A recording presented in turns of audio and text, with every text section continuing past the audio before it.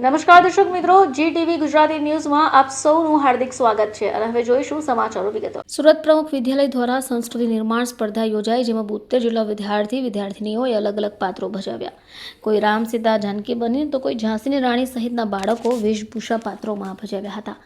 આજની ફેશનની ભાગદોડભરી જિંદગીમાં ખાસ કરી આજનું યુવાધન 31 નવા વર્ષની ઉજવવામાં નશા તરફ ધકેલાય છે। એવામાં સુરત શહેરના અમરોલી વિસ્તારમાં આવેલા પ્રમુખ વિદ્યાલય દ્વારા સંસ્કૃતિ અને ધર્મને આગળ ધપાવવા નાનકડા બાળકોમાં પણ સનાતન ધર્મના સંસ્કારો સાથે સિંચન થાય એવા હેતુસર આજે સંસ્કૃતિ નિર્માણ સ્પર્ધા યોજાઈ, જેમાં 72 જેટલા બાળકોએ રામ, સીતા, હનુમાન, લવ કુશ, ઝાંસીની રાણી સહિતના પાત્રો ભજવીને શાળા દ્વારા સુંદર કાર્યક્રમનું આયોજન કરાયું।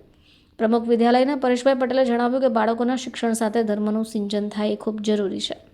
વ્યસનથી દૂર રહી ધાર્મિક તરફ બાળકોને વાળવાનો એક નાનકડો પ્રયાસ છે, જેમાં વાલી સહિતના લોકો સહકાર આપે છે। આવનારા સમયમાં આપણે સૌ કોઈ પ્રયાસ કરીએ તો ચોક્કસ વ્યસનને અટકાવી શકીએ તેમ છે। નમસ્કાર, Paresh Patel, director and one man army, પ્રમુખ વિદ્યાલય, ક્રોસ રોડ, અમરોલી, સુરત। આજે શું કાર્યક્રમ રાખવામાં આવ્યો શાળામાં?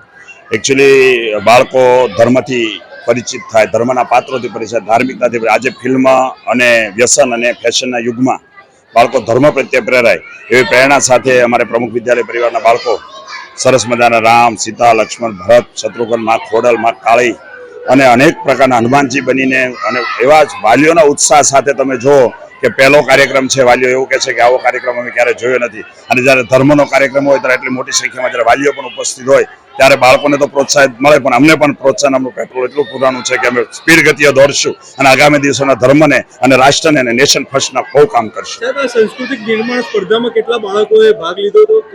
અત્યારે સંસ્કૃતિ નિર્માણ ટોટલ 48 બાળકોએ સવાર પાળીમાં ભાગ લીધો છે અને બપોરે 24 બાળકોએ ભાગ લીધો છે। કેવા પ્રકારની મહેનત ટીચરો દ્વારા કરવામાં? ટીચરો દ્વારા, સાથે વાલીઓ દ્વારા, બધા દ્વારા, અને બાળકોને પાત્રો એની જાતે વાલીઓએ તૈયાર કર્યા, નક્કી કર્યા અને શિક્ષકોએ માર્ગદર્શન આપ્યું અને સ્કૂલના તમામ સ્ટાફે ખૂબ મહેનત કરી છે અને આવા ધર્મને લગતા કામમાં બધાને ઉત્સાહ હોય છે। અત્યારે ધાર્મિક મંદિરો, બધી વાત સાચી છે, પણ ધર્મનું અનુકરણ કરવું એ બહુ મહત્વની બાબત છે।